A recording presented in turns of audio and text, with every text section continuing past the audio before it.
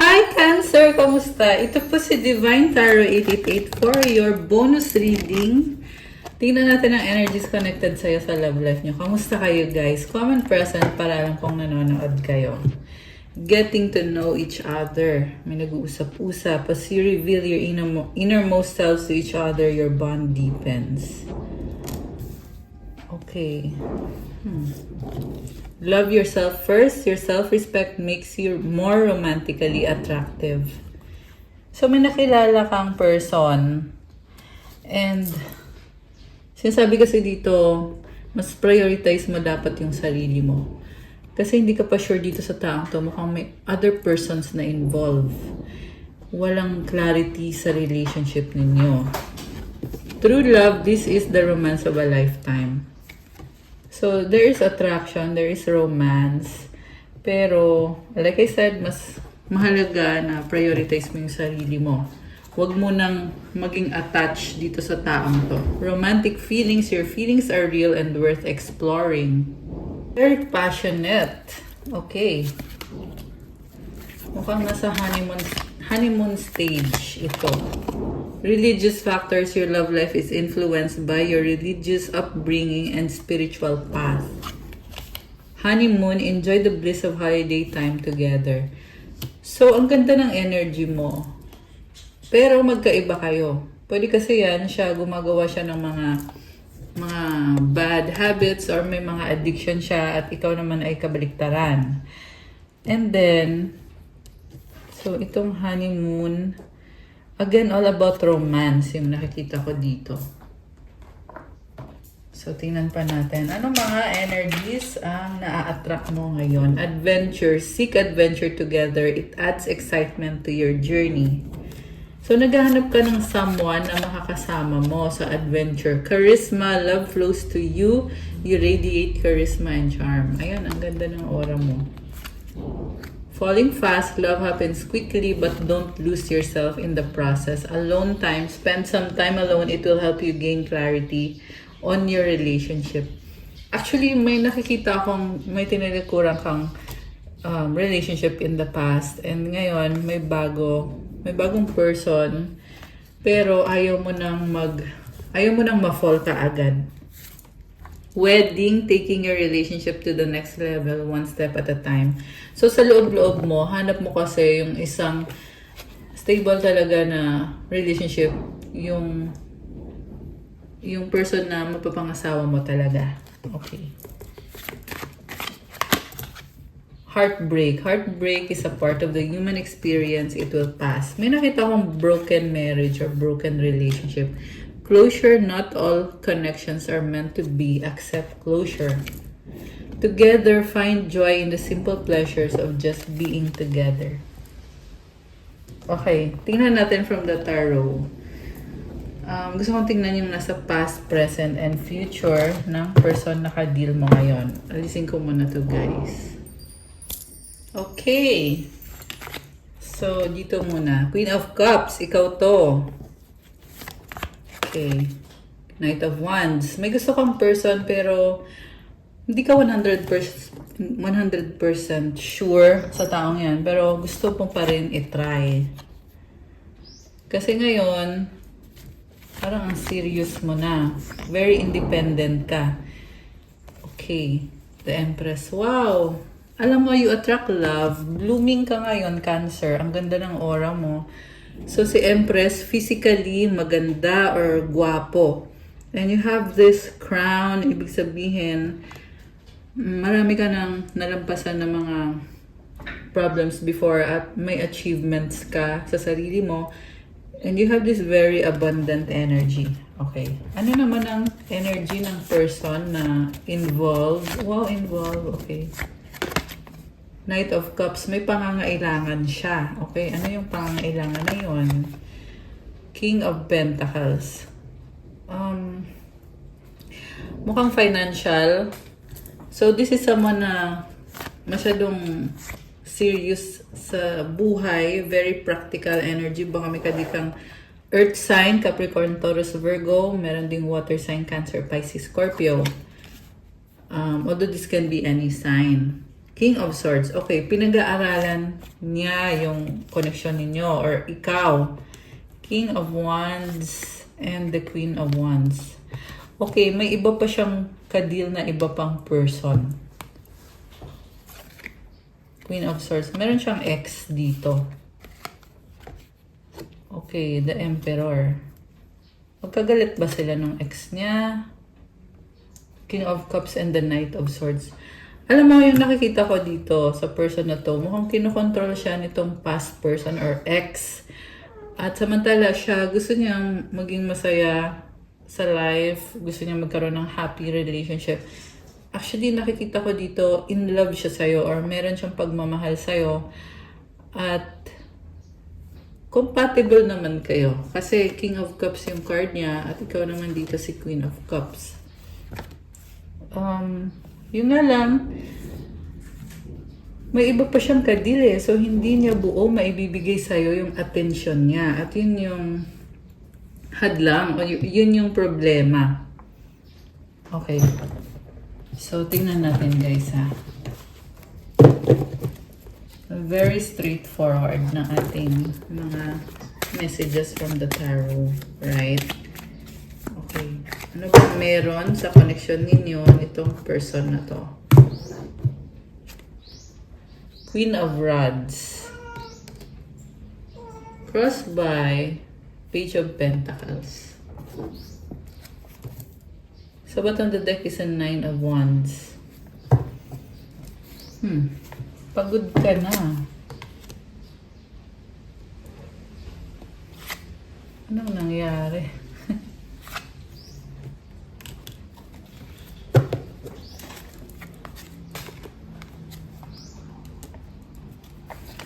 Okay. Yung relationship ninyo, parang ang bilis ng mga pangyayari. Very passionate yung energy. Baka may kadikang fire sign, Aries, Leo, Sagittarius. So, ito yung kind of person na okay kayo pagkaharap mo siya. Pero, pag wala ka na, nag-iiba yung energy niya. So, out of focus. And codependent din siya sa'yo. So, gusto niya magkaroon ng commitment, wedding, or relationship.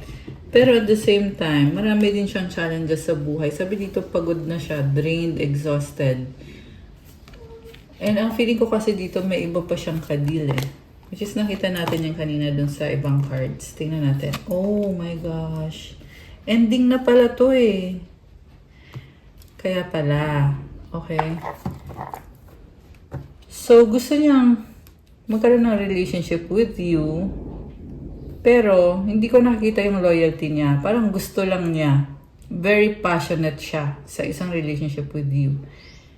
And then, bagong-bago to para sa kanya. At nakikita ka naman niya bilang, ito, death card. It means ending na. So, mukhang wala kang pakialam dito sa taong to or tapos ka na, ayaw mo na. And then, hindi siya nawawalan ng pag-asa na mag-try ulit. Hindi ko masyadong gets yung kwento. Magulo actually. Pero yun lang, sinasabi ko lang yung lumabas na cards dito. Pero kung resonate man kayo guys, i-comment nyo nga para alam ko. Kasi ending na eh, pero may bagong simula. Kita mo ang daming ace na cards. Itong ace kasi, bagong simula to eh. Ayan o. Ace, ace. At ito, ace din. So, pwede nagsimula kayo sa very physical na attraction sa isa't isa. At nakikita ko kasi parang hindi din niya kayang mawala ka. Okay? Yun nga lang, may iba din siyang kadil eh. Ayan o, Three of Swords. Okay, Ten of Pentacles, Wheel of Fortune, Knight of Pentacles, Ace of Swords. Ayan, Ace na naman. Also, nakikita ko yung energy mo. Mukhang sobra kang focus sa finances mo ngayon. Sa business, career. May mga losses ka, financial. Ayan o, Five of Pentacles. Alright, tingnan natin. Ano paparating? Three of Cups, Nine of Pentacles. Alam mo, palaban ka rin eh. Kasi kahit na nagsastruggle ka, pero sobra kang kalmado. Parang alam mo sa sarili mo na malalampasan mo itong mga challenges na to sa career, sa finances, sa mga kaibigan mo, or sa mga tao sa paligid mo. Ayan, merong mga babae dito. And you are very independent and strong. Very practical din. Two of Wands, may hinihintay kang blessing. Page of Cups, opportunity. So, ayan, may fear. Tower and the Two of Swords. So, this is transformation. Ayan, Cancer. At itong transformation na to, kaya yan mangyayari kasi binabago yung sistema mo. So, sa dulo, makakabuti din naman sa'yo pag nalampasan mo na ito lahat. So, Two of Pentacles, Knight of Cups. Burden ka nga lang. Parang feeling mo walang tumutulong sa'yo. No? Okay. Anong magiging outcome para sa'yo? Tingnan natin. The World. Grabe, oh. It's a cycle. Na, ito. Tingnan mo yan. Kita mo yung wreath na bilog. Tapos nandito siya sa gitna. Tinakpan ko lang. Kasi walang suot yung nasa picture. So, sinasabi dito, isang buong cycle itong nangyayari lahat ng ito. Pero may portal na nagbubukas na magdadala ng blessing sa'yo with the Queen of Cups. Patungo ka sa pangarap mo. So, pareho to sa love life at sa career mo. Kasi connected din naman. Pag maayos yung career mo, namamanifest mo din yung love life mo. May nakita kong pag-uusap dito. May person na mag-uusap kayo. Or may iba siyang kausap tungkol sa'yo. Nagtatanong-tanong siya sa mga kaibigan niya tungkol sa'yo. Or nanghihingi siya ng advice. So, okay, the Devil and the Ten of Wands. Again, yung struggle mo dito is all about control. And nalilito ka. So, tinatry mo ikalma yung sarili mo. Oh, may pagtalikod. So, kung dati, binigyan mo ng chance itong person na ito, ngayon hindi na. Grabe, oh. Ayun, tumalikod ka na, oh. So, binigyan mo pa siya na, mukhang maraming chance ang binigay mo sa taong to, Empress. Alam mo, lalo kang nagbo-bloom ngayon, Cancer. The Sun, ito yung liwanag sa loob mo. And, dahil din dito sa taong to, kasi sobra kang naging down, kaya ngayon, nasa taas ka naman, or yung negativity, ginawa mong positive. Kaya ang ganda, lumakas ang confidence mo sa sarili mo at lumevel up ka sa buhay. Grabe naman. Ang dami mong pinagdaanan. The Emperor, the Judgment. Ayan o. Parang King of Pentacles. Oh my gosh. In love pa rin sa'yo itong taong to. Nakakaloka siya. Okay? Pwede kasing dalawang person yung kadil mo. May nakita kong dalawang person yung kadil. Hindi ito para sa lahat. Pero merong past person na still in love sa'yo. Twin flame mo siya or soulmate mo siya. So, Queen of Swords, the High Priestess, the Moon, the Knight of Rods. Okay. Grabe. Alam mo, nakikita ko sa'yo. Alam mo na mahal ka pa rin niya. Pero ikaw, hindi ka niya na maluloko. Yan ang sabi dito, guys.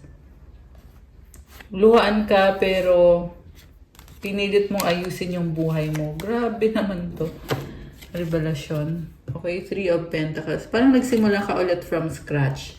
Meron dito lumipat ng bahay, nagtayo ng panibagong buhay. Okay, parang ang dami mong pinagdaanan. Knight of Cups, King of Cups, Knight of Swords. Oh, someone is so romantic. Knight of Wands, Queen of Pentacles. Nakakaloka siya. Alam mo yung nakita ko dito, kung kailan ka sumuko na sa taong yan, saka naman siya ngayon, gusto ka niyang i-comfort. Ayan yung sabi dito. Kasi mahal ka pa rin niya, the Emperor, Aries energy, although this can be any sign. This is energy of the Divine Masculine. Gusto niyang mag-reach out sa'yo at gusto kanyang i-prioritize ngayon. King of Pentacles and the Empress. Gusto niyang ibalik kung anong ugnayan ang meron kayo. Kasi nakakita kanya as yung divine counterpart niya. Ayan, kung napapansin mo, Emperor tsaka Empress. Ikaw yung nakikita niya as magiging partner niya na ka-level niya. Queen of Wands. Okay? Queen of Cups. King of Swords. Alam mo, meron talaga lumalabas na ibang persons na involved dito, guys. Mga ex. So, yung mga ex na yan na walang closure, na nagpaparamdam pa rin sa person ninyo. Okay? And then, or pwede ding baliktad, pwedeng ikaw yung ex na hindi pa siya nakaka-move on sa'yo, although may ibang person pa sa eksena. And then, gusto niya mag-try ulit sa'yo, kaso lang nahihirapan siya sa'yo kasi nag-iba na yung ugali mo at nakikita niya na may iba ka ring person. So, grabe. Natawa ako kasi yung energy kasi ng person na to, una sa lahat mahal ka pa niya, okay? Pero tinatry niya mag-adjust sa'yo, pero nagiging insecure kasi siya. Pag yung tipong pinipilit niya na gusto niyang magkaayos kayo, nai-insecure siya. Okay? Pero, yes, mahal ka nitong taong to. Marami lang siyang insecurities. Tsaka, tingnan niyo din yung situation, guys. Kasi, for some of you, may nakakita kong other person na kausap niya or hindi pa sila tapos or wala pa silang closure ng person na yun. Maganda pa rin magpa-private reading kayo, guys. So, anyway, ano naman ang mensahe ng mga angels mo para sa'yo? Honor your feelings, Archangel Haniel. Thank you, Haniel, for supporting me as I honor my emotions. The miracle of forgiveness, Archangel Jeremiel. Thank you, Jeremiel, for helping me understand the process of forgiveness. Alam mo, pinaprocess mo yung emosyon mo. Kailangan mong patawarin yung sarili mo at yung person na involved kasi part din ng healing process mo yan. Signs from heaven. Thank you, heaven, for sending me reminders of your presence. Ang lakas ng intuition mo at may guidance ka galing sa heaven. Tingnan mo, may liwanag. Baka nakakita kayo ng feathers. Ayan. Okay, one more. Oh my gosh, divine power, inner power, the divine father. Wow. Divine Father, thank you for co-creating my world with me. Grabe. Alam mo, you're going through a big transformation, Cancer. So, good luck sa'yo. Nasa healing process ka ngayon. And, yeah, grabe. Spiritual gifts, Archangel Raziel. Thank you, Raziel, for helping me channel my gifts and talents. Grabe, oh. Ang ganda ng energy. Ang taas ng energy mo. So, ayan. That's all for your bonus reading, Cancer. Thank you for watching. Pa-like po ng video, comment. Let me know kung sa inyo ba nag-resonate to. Kung kailangan nyo ng one-on-one session, pwede po kayong magpa-private reading, message kayo sa akin sa Viber or sa WhatsApp. Nasa description box po yung contact details. I-click nyo po dyan at mag-send kayo ng message sa akin sa Viber or sa WhatsApp. Thank you, Cancer. I love you guys. Have a good day. God bless you all. Stay safe and see you again soon. Bye!